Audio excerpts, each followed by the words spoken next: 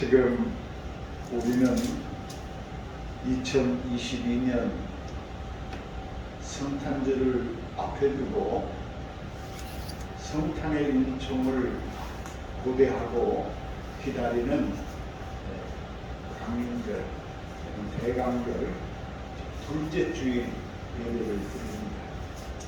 대강절에 대해서는 지난주에도 말씀을 드렸습니다만 주님께서 다시 오실 그날을 박수하고 고대하고 기다리는 절기. 그래서 우리가 주님을 기다리는데 어떻게 기다려야 하는가 하는 말씀. 오늘 말씀은 세례 요한의 말씀이고 이사야 선지자에 대해서 기록되어 있는 말씀입니다. 이 말씀들을 총체적으로 보면은 세례 요한은 회개의 복음을 외쳤다. 그래서 회개하라, 천국이 가까이 왔다 하고 외쳤어요. 근데 우리가 이 회개하라, 천국이 가까웠다 이 말이 무엇을 뜻하는지 무슨 말인지 우리가 정확하게 그 개념 규정을 하지 않고 지나가는 경우가 많이 있습니다. 그런가 하면은 이 회개하라는 말, 이 말이 가지고 있는 의미를 우리는 어떤 의미에서 보면은 이것을 의미화하고 신념화하고 심리하게 만들어버립니다. 그래서 그 개념을 축소시켜버리는 거죠. 근데 이 회개하라는 말은 매우 구체적이고 매우 실질적인 이야기입니다. 우리는 이 죄라는 것을 어떤 의미에서 보면은 우리 기독교인들은 마음의 죄로 생각하고 살아갈 때가 많이 있습니다. 제가 우리 교회에서 설교를 하는데 우리 교우들 같이 참 착하고 선한 사람들에게 이 회개하라는 말을 내가 할 수 있을까? 참 곤란합니다. 그런데 이 어리석은 강 목사는 가끔 우리 교우들에게 이 회개하라는 말을 합니다. 근데 사실은 우리 교우들은 우리 주장님이나 안집사님이나 김집사님이나 이집사님 어디 크게 흔적도 없이 크게 잘못되어 한 것도 없이 회개하라고 말을 들으니 이거 뭔 죄를 내가 회개해야 되는가 하고 참 마음으로 불편하게 생각하는 분들도 있을 거예요. 근데 오늘 말씀은 회개하라 하고 회개에 합당한 열매를 맺으라 하면서 이 세례 요한이 몇 가지 예를 들어서 말씀을 하고 있습니다. 그런데 이제 당시에 세례 요한이 이 회개하라, 하나님의 나라가 가까웠다라고 말을 할 때에 이 대상 유대인들이잖아요. 그때 당시 유대인들의 이 마음 속에는 어떤 것이 마음 가운데 서 있었냐면 우리는 아브라함의 자손이다 하는 그런 자긍심 이런 것들이 그 마음 한가운데 자리하고 있었죠. 여러분, 이스라엘은 그때 당시로 말하면 로마의 식민지, 로마가 이스라엘을 침공해가지고 이스라엘을 쑥대가 만들고 다스리는 그런 이스라엘은 로마의 식민지입니다. 근데 우리는 이 식민지 국가가 무엇인지 살아보지 않아서 잘 모릅니다. 우리 주장님도 아마 기억이 없을 거예요. 너무 어렸을 때. 그러니까 기억이 있습니까? 그런데 우리가 이 일제 식민지를 우리는 살아봤어요. 그런데 일제 식민지 시대를 살았다라는 것은 여러분 오늘 이 성경 말씀이 그것하고 너무 똑같은 이야기입니다. 그런데 일제 식민지를 살면서 보세요. 자, 나는 농부고 우리 안집사는 노동자예요. 자, 농부가 농사를 지으면 어떻습니까? 내 마음대로 내가 농사를 지을 수 있는가요? 그리고 농사를 지어가지고 그 열매를 거두면 내가 다 가져올 수 있는가요? 요즘 사회도 어려운데 옛날에 2000년 전에 식민지 국가에서 어떻게 됩니까? 노동자들은 또 어떻게 됩니까? 엊그제 또 우연히 TV에서 일본 무슨 섬이에요? 석탄, 광산 캐는 섬이 있잖아요. 그래가지고 세계 유네스코에 등재된 그 영화를 봤어요. 봤는데 우리나라에서 멀쩡하게 살아가는 노동자들 또는 상인들 하여튼 그냥 남녀노소 여자들도 끌려가잖아요. 여자들은 왜 끌려가요? 노동력도 없는데. 그런데 여자들은 요즘 말로 하면 쉽게 말하면 위안부 대행으로 잡혀서 끌려가는 거예요. 그래서 그 영화를 봐도 그 어린 것부터 시작해서 여자들, 남자들, 남녀노소 할 것 없이 다 배에 강제로 실려가지고 가서 이 어마어마한 중노동을 하잖아요. 근데 우리나라 이제 일본에 잡혀가서 그렇게 일을 하는 것도 있지만 사실 우리 국내적인 상황은 더 처참하고 더 힘들고 어렵죠. 그런 상황 속에서 여러분 예를 들어서 내가 농사를 짓는데 배추가 잘 됐어요. 그래가지고 배추를 1000포기를 심으면 1000포기 잘 됐어. 그러니까 그걸 걷어서 이제 갖다 팔아서 돈을 벌어야 되는데 이 일본 이 세무서에서 누군가가 이 세무서에다 고자리를 나가 굉장히 수확을 많이 얻었어. 그래가지고 세금을 그것뿐만 아니라 전쟁 물자 해가지고 엄청난 이 박해를 수탈과 약탈 또 박해를 받고 살아가는 그런 상황 속에서 살아가는 백성들 그 허기진 삶 속에서 죄를 지으면 얼마나 짓겠어요?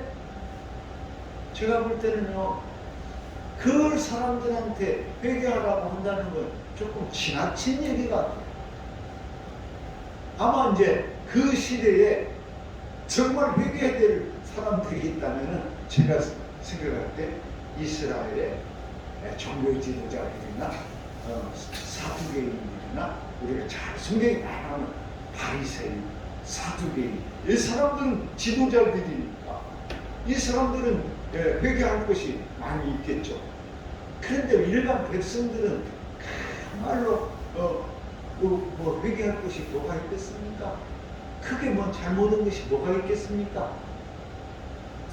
그런데 그 나라에서 이 사람들이 버티는 것이 뭐냐면 우리는 아브라함의 자손이다라는 그 자긍심으로 버티는 거예요. 근데 여러 가지 이야기들 속에서 너희들이 지금 아브라함의 자손이라고 하고 뻑이고 하면서 이 식민지 국가에서 죄를 짓고 악을 행해? 너는 이제 금방 내모르가며 이미 도끼가 나무 뿌리에 누였으니 금방 너는 절단날 것이다. 지금 당장 회개하고 돌아서지 않으면 다 망하고 죽게 될 것이다. 이러고 외치는 거예요.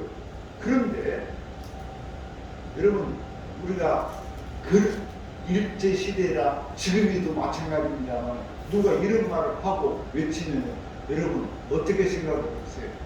제가 볼 때 10중 8구는요, 10중 8구가 아니라 1999는 전 미쳤다고 생각할 거예요. 개인가 미쳐갖고 지금 바쁘고 살기 힘든 이때에 뭔 회개하가 천국을 갖고 왔다고 그런 말을 하니까. 그런데 이스라엘 사람들이 단독이 종교성이 굉장히 강한 나라잖아요. 그래서 사람들이 와가지고 이 그 세례 요한에게 와서 그 세례 요한에게 묻는 거예요.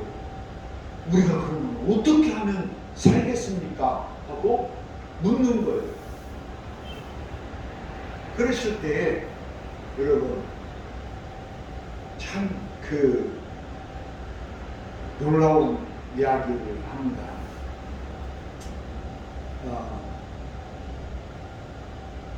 이르되 대답하여 이르되 옷 두 벌 입는 자는 옷 없는 자에게 나눠줄 것이요 먹을 것이 있는 자도 그렇게 할 것이니라 하고. 그러니까 여기서 우리가 알아야 될 것이 있어요. 옷 두 벌, 옷이 한 벌도 없는 사람이 있다는 거예요, 없다는 거예요? 네? 옷 한 벌도 없는 사람, 옷 한 벌도 없는 사람이 있다는 거예요. 먹을 양식이 없는 사람이 있다는 거예요, 없다는 거예요? 있다는 거예요. 그러니까 혹시라도 너 옷 두 벌 있으면은 한 벌은 네가 입더라도 한 벌을 갖다가 누구에게 줘야? 옷 한 벌도 없는 사람이 양식이 없는 사람이 있다는 거예요. 그래서 너 혹시라도 같은 양식이 있으면은 그릇으로 갖다 나눠줘야 돼. 여러분, 이게 아주 옷 한 벌도 없는 사람. 지금 이 시대에도 그런 사람이 있는 것 같아요. 지금 이 시대에도 먹을 양식이 없어서 배고프고 있는 사람이 있는 것 같아요. 이거는 누가 말하는 것처럼 가난은 나라도 못 고친다 이런 말도 있어요. 있지만은 지금 이 식민지적인 상황 속에서 오는 이런 가난의 문제 이런 것은 어떻게 보면 내 개인의 죄나 내 개인의 잘못보다도 더 크고 중요한 것은 구조적으로 그래요. 구조적으로 저는 못 살게 돼 있어요. 내가 노력하고 안 하고 일 떠나서 저는 못 살게 돼 있어요. 근데 제가 해보니까 저는 노력해도 안 되더라고요. 죽으라고 노력해도 안 되더라고요. 이게 구조적으로 못 살게 돼서 그 맨 밑바닥에서 헤매는 사람들, 그런 사람은 옷도 한 벌 없어요. 한 벌도 없어요. 그런 사람에게 옷도 갖다 주고 이렇게 해라. 그래서 오늘 우리가 이렇게 가난하고 헐벗고 굶주린 자에게 구제하는 일, 이것이 궁극적으로 말하면 회개하는 행위. 그러니까 다시 말하면 회개한다는 것이 내가 죄를 지은 게 없는데, 내가 넘은 거 도둑질한 적도 없고, 내가 넘은 거 강도짓 한 것도 없고, 빼앗은 것도 없는데 내가 뭘 회개할까? 너 왜 또 두 벌 있잖아? 응? 안집사는 참바 좋구만. 응? 너 두 벌 있잖아? 그거 하나 갖다 줘. 너 밥 먹고 남은 밥 있잖아? 그 빵 남은 거 있잖아? 그거 갖다 주지 않는 것, 그것이 죄인 거예요. 나누지 않는 그 행위 자체가 죄인 거예요. 그러니까 두 벌이를 갖다. 그런데 그러니까 세리들이 와서 세리들이 하니, 그럼 우리는 어떻게 합니까? 야, 너희는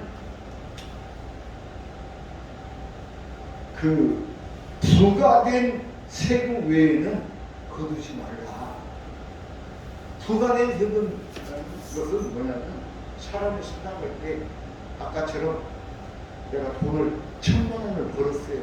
그럼 1,000,000원 벌었으면은 예를 들어서 100분의 1이라든가 10분의 1이라든가 그 부과된 세금 외에는 걷지 말라. 제가 우리나라에 재부입니다만, 세금 내는 거 진짜 가진 것은 없는데 자동차 해마다 자동차 차 가지고 있으니까 렌트 있잖아요. 그 환경은 세입죠. 자동차도 검사해야죠. 기름 넣어야죠. 차량 한 대 가지고 그 썩은 차 한 대 가지고 1년 유지하는데 1,000,000원은 드는 거? 1,000,000원 드는 거? 보험 넣어야지. 뭐 고쳐야지. 엊그제는 또 고장나갖고 더 이상한데 고쳐도 못 쓸 상황을 봤어요. 예. 차 하나 갖고 세금 내는 게, 집 한 채 갖고 세금 내는 게 이자 내야죠. 그런데 옛날에는 여러분 식민지 시대 때에는 어땠냐? 이렇게 정해진 세금 외에 또 다른 세금을 또 걷는 거예요. 더 걷는 거예요. 정해진 세금 외에 막. 그러니까 이 이스라엘 사람들이 최고로 미워하고 증오하고 그 멸시하는 게 누구냐면 세리들이. 성경에 보면 세리는 그냥 죄인이라고 할 정도로 나쁜 사람들이 아주 앞에서. 왜? 정해진 세금만 받아도 백성들이 그냥 허덕이고 힘들어 할 텐데, 그냥 막 세금을 막 부과해가지고 막 걷어들이는 거예요. 그래서 세리들이 돈이 어마어마하게 많아요. 성경에서도 보면은 세리 삭개오, 그 마태, 세리 나오는 사람들 있잖아요. 돈이 어마어마하게 많아요. 왜? 막 사적으로 세금을 부과해가지고 걷어들이는 거야. 세리 요한이 말하는 부과된 정해진 세금 외에는 거두지 마라. 이게 세리한테는 이게 회개하는 거예요. 그런가 하니까 또 군인들이 왔어요. 군인들이 세리로 하니 우리는 어떻게 합니까? 하니까 군인들에게 하는 이 말도 여러분 참 중요한 얘기예요. 군인들도 물을 이르되 우리는 무엇을 하리까? 이르되 사람에게서 강탈하지 말며 거짓으로 고발하지 말고 받는 급료를 족한 줄로 알아. 자, 일단 두 가지 말합니다. 강탈. 여러분, 군인이라는 이 특권, 이제 그 옛날로 얘기하면 일제시대 때 또는 우리 한 초창기 개국 할 때 우리나라에서 최고 무섭고 힘센 사람들이 어떤 사람들이 있어요? 첫째가 군인이고 그 다음에 두 번째가 순경, 순사이죠. 순사. 그래서 순사만 나타나면 다 그냥 울던 울음도 그치는 게 순사 아니에요. 군인들은 법을 초월한 사람들이에요. 물론 순사도 마찬가지로 법을 초월한 사람들이에요. 그래가지고 어디든지 배고픈 놈 가서 빼앗고 하는 거예요. 그게 강탈하지 마라. 어디든지 가서 막 할 수 있는 게 군인들 아니었습니까? 순사도 막 이웃집 어디든지 가갖고 다 빼앗고 강탈하고 그랬잖아요. 그 군인이라고 아무 집이나 가서 강탈하죠. 혹시 21세기에 오늘 대한민국을 살아가는 우리 교우들이 이런 억울한 강탈당하는 일이 없기를 주의 이름으로 축원합니다. 나는 그 사람들을 봅니다. 지금 여러분들이 언론에서 드러내지 않으니까 그러지만은 수많은 곳에서 이 강탈당하는 사람들이 있다는 거 아세요? 그래서 이 검찰공화국을 조심해야 돼요. 검찰공화국을 조심하고 무서워하는 게 이들에 의해서 어떤 사람들이 지금 강탈당하고 있는가.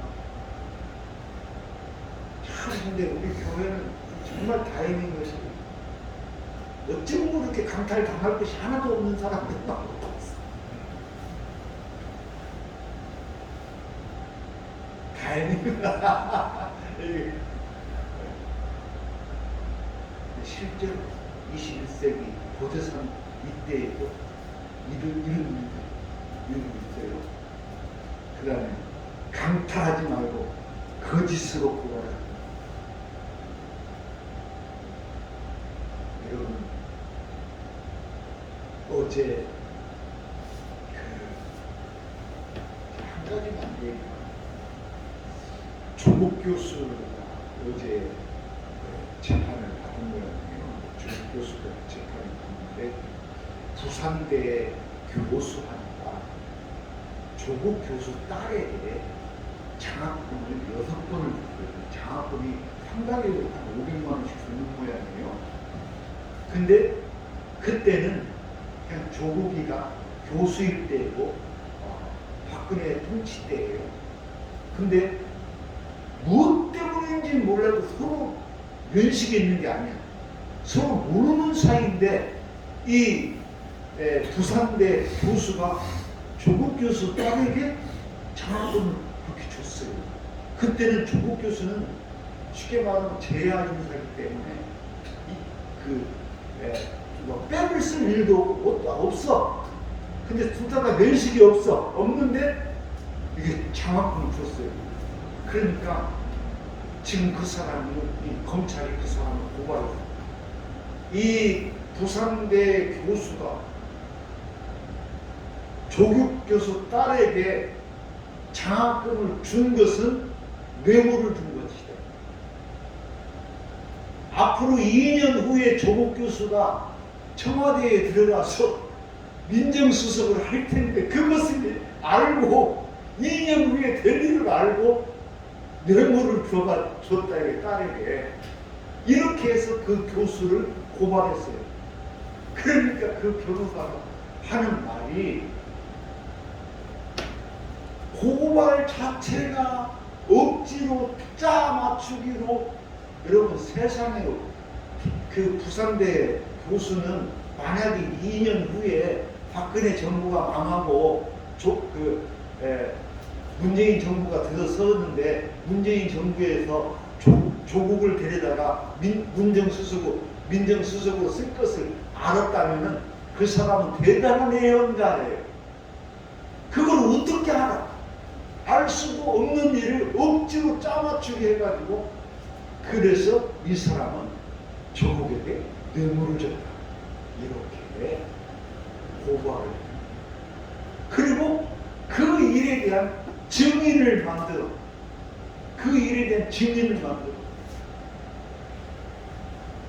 이제 그거를 그러니까 변호사가 하는 얘기들이 참 검찰이 사건을 만들고 조작하고 꾸몄다는 것을 그냥 그렇게 밝히는 그 얘기를 들었어요.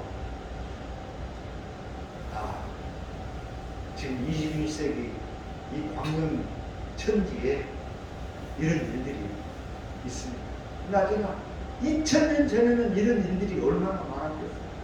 그런데 우리가 여러분 고난당하는 사람들, 어려운 사람들이 무슨 어려운 일이 생기면은 절대로 여러분 저 사람 얼마나 못났으면 얼마나 더럽게 살았으면 이렇게 이런 일들을 당할까 여러분 그렇게 표명하지 않았으면 좋겠어요.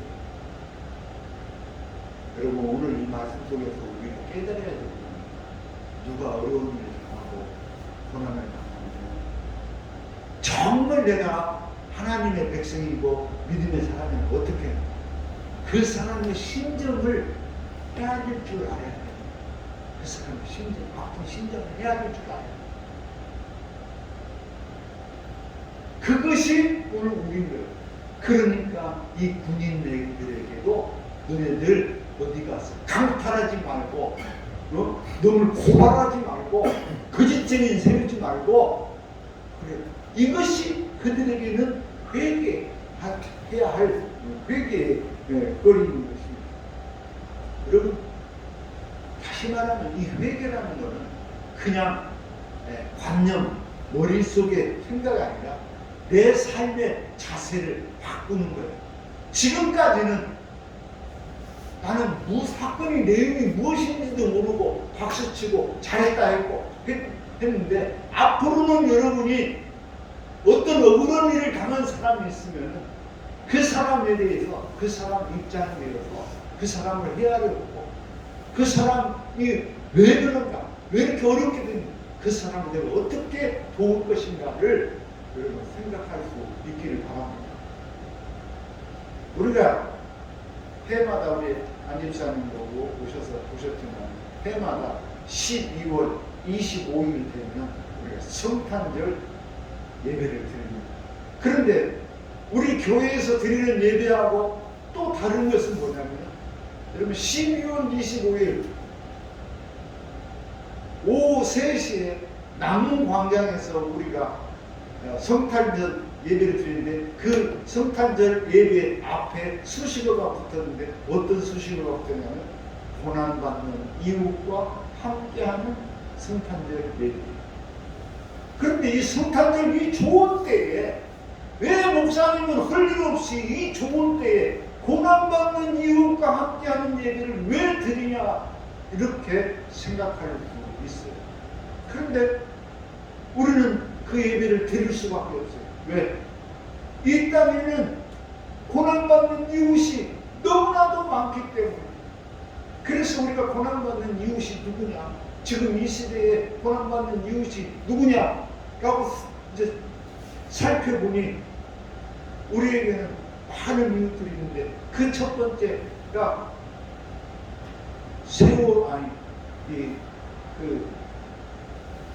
죄송합니다. 그 한류인데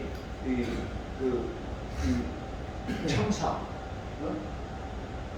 아니 정말 우리나라가 참 나름대로 굉장히 선진 국가고 모범 국가인데 어떻게 걸어가던 사람들이 밀려서 죽었는데 나는 이해가 안 가요. 저 군대에서 막 있을 때 사람이 막 총총총총 끼어 있어도 이렇게 넘어져가지고 158명인가 죽었다는 것은 제 생각에는 절대로 이건 이해가 안 가고 납득이 안 갑니다. 아니, 몇 겹이 쌓여야 사람이 죽는가? 몇 겹이 쌓여야 사람이 죽는가? 그런데 그 몇 겹이 쌓이는 것도 유분수지, 어떻게 159명이 그렇게 겹겹이 쌓여서 죽을 수 있는가? 그랬더니 유명하신 우리 윤석열 대통령께서 하시는 말씀, 외진탕 같은 것도 있겠지? 참 기가 막힌 얘기입니다. 이게 겹쳐서 압박 쌓였냐? 외진탕 같은 것도 있겠죠. 이게 대통령이 보고를 받는 거야, 안 받는 거야? 그래서 그 희생자들을 위해서 우리가 예배를 드립니다. 그 다음에 여러분, 지금 우리나라에서 최고 그 어려운 사람들이 있는데, 특별히 올해는 우리가 농민들을 좀 생각했어요. 노동자, 농민을 좀 생각을 했는데, 올해 쌀값이 여러분 열심히 일을 하고,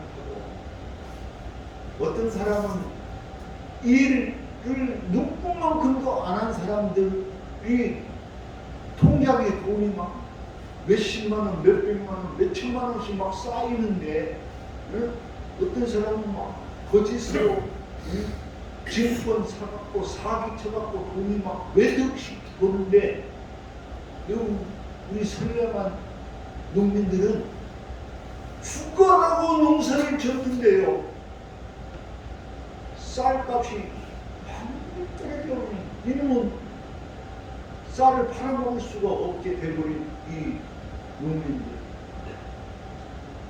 죽어라고 일을 했는데 임금도 못 받고, 임금이라야